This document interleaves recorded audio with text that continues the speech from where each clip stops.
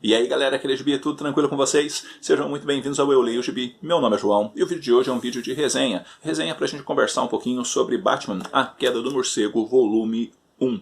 Quadrinho este que apresenta um momento importante na cronologia do Homem-Morcego. Esse gibi já saiu tem algum tempinho e já tá para sair o volume 2, mas eu li o quadrinho e falei, cara, eu preciso ainda assim, mesmo que já tenha um tempinho que saiu, bater um papo com a galera a respeito desse gibi. Esse gibi, ele é um gibi que divide as pessoas pelo menos em 3 grupos. O primeiro grupo é o grupo que diz que isso aqui é uma verdadeira porcaria e que é uma má ideia. Onde já se viu colocar dinheiro num gibi ruim desse e qualquer pessoa que invista dinheiro nisso daqui é meio maluco, justamente porque é um desperdício de papel de uma ideia estapafúrdia que a DC teve nos anos 90 e que aplicou na história do Homem-Morcego e que não deveria ter feito isso. Por outro lado, existe a galera que diz que isso daqui é uma das melhores coisas que já foram publicadas na face da Terra, que é uma fase excelente do Batman, que vale demais a pena acompanhar isso aqui e conhecer essa fantástica obra que é a Queda do Morcego. E tem uma galera mais equilibrada no meio que diz que realmente é uma história interessante, ela não é ruim igual os outros falam, nem tão maravilhosa como outros dizem, mas é uma história que vale a pena ler, que vale a pena acompanhar, principalmente por se tratar de um momento importante na cronologia do Batman.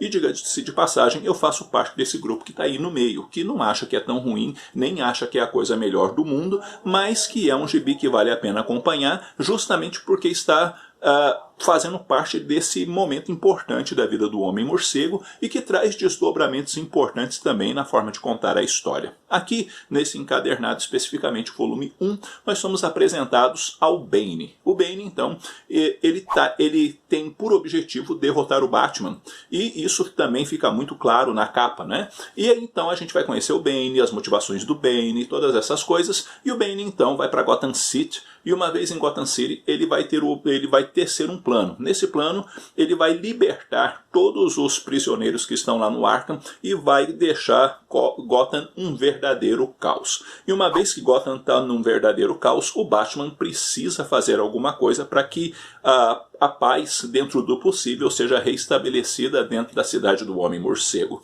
Mas o Bane faz isso por quê? Ele faz isso porque ele quer esgotar o Batman física e também psicologicamente. E ele vai alcançando sucesso nisso porque, devido ao caos que está em Gotham, como uma verdadeira anarquia, uma verdadeira bagunça, e os criminosos fazendo e acontecendo, o Batman de fato fica exaurido física e psicologicamente e ainda com algumas debilidades de saúde, fora a exaustão física. Dessa forma, quando chega o momento da batalha entre o Batman e o Bane, será impossível que o Batman ganhe justamente pelo estado físico e mental que o Homem-Morcego se encontra. A narrativa até chegar nesse ponto é bem interessante, é bem bacana.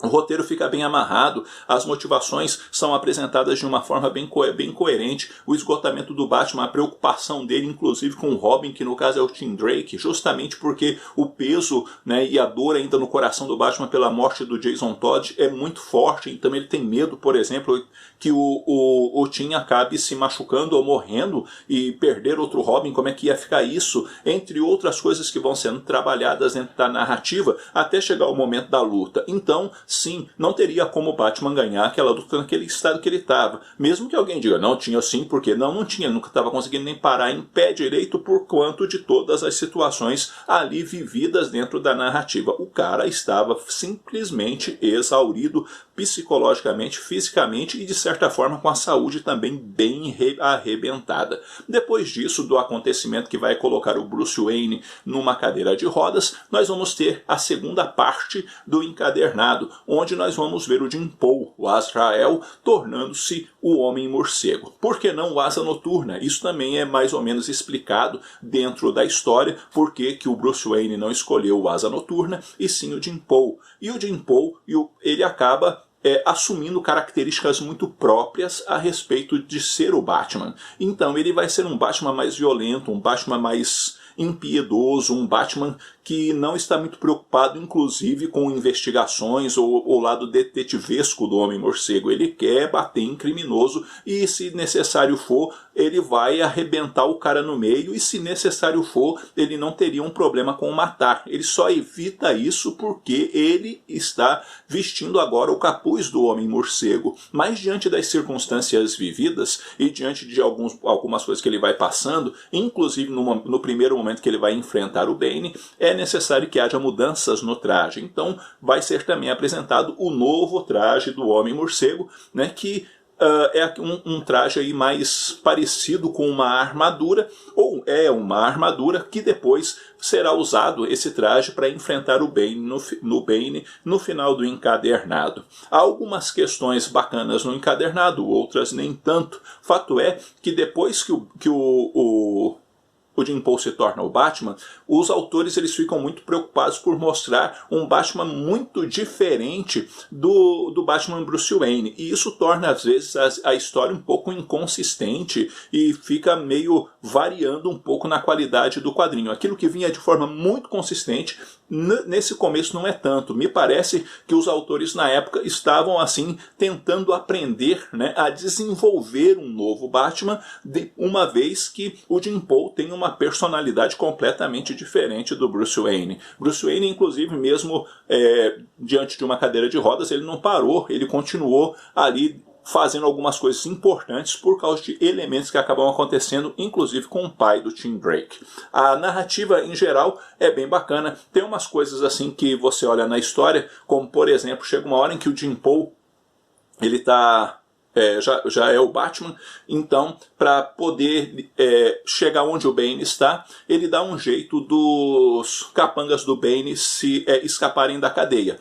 Cara, ele joga lá dentro da cadeia uma bolsa com as coisas todas lá para os caras escaparem, e ninguém viu isso acontecer. Mais tarde, o Bane vai pegar informações com o Zumbi, que é um dos capangas dele, sobre o veneno dele. Ele quer o veneno dele e ele está preso lá na cadeia de Gotham, e o Bane tem acesso ali com o cara numa facilidade imensa e conversa com o cara, guarda nenhum vê, sabe? Ou seja, a cadeia lá de Gotham é aquele tipo assim, chega na janela e conversa que não dá nada não, passa as coisas aqui pra dentro que não dá nada não, que ninguém tá vendo nada, ninguém tá cuidando de nada, é uma coisa literalmente que fica naquele esquema que parece que é a casa da mãe Joana. Então é um negócio meio esquisito dentro da narrativa, mas fazer o que, né? Fizeram assim, acharam por bem fazer assim, mas não é uma boa ideia não. Algumas outras coisas no encadernado que seria bom que a Panini tivesse observado, entre elas, escrever um texto introdutório à queda do morcego. Por quê? Porque mesmo que comece a narrativa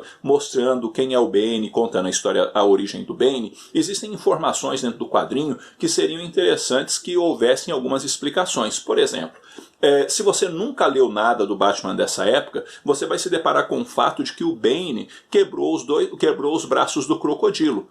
Só que quebrou onde? Numa história que não está aqui. Isso é informado você, e depois o Bane vai lutar de novo com o Crocodilo. Rolou também uns lances com Charada, com o veneno do Bane.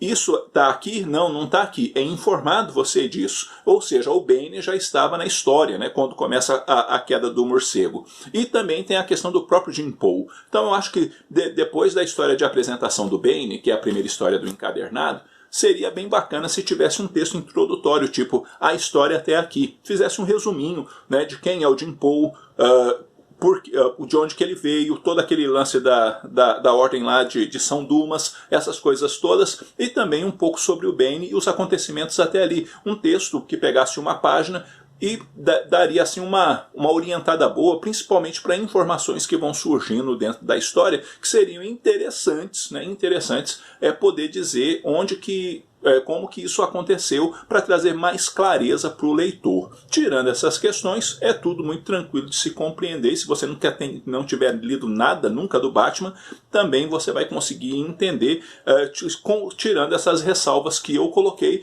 De restante, vai indo numa boa, porque você vai acostumando com o ritmo da história e com os acontecimentos que aqui vão sendo contados. Que nota que eu dou para esse encadernado? Eu dou uma nota 8. eu acho que vale a pena, eu acho que é um momento importante na vida do Batman, mas como eu disse também a vocês, tem essas três alas, né? O pessoal que detesta, o pessoal que ama e o pessoal que fica no meio, achando que é um momento importante, que é uma história legal, nem de mais, nem de menos, uma história legal. E eu sou desses, é uma história legal, nem de mais, nem de menos, e que eu acho que vale a pena acompanhar, e também ir vendo como é que na época as pessoas foram lidar na construção de um novo Batman e como trabalhá-lo. Bom, galera, é isso daí. Eu vou ficando por aqui. Eu espero que esse vídeo tenha tido alguma utilidade para vocês. Vamos conversar um pouquinho sobre A Queda do Morcego. O que você achou desse primeiro encadernado? Se não comprou esse encadernado, mas já leu A Queda do Morcego, vamos conversar um pouquinho. O que você acha? Você gosta, não gosta? Quais suas considerações sobre esse momento na vida do Homem-Morcego?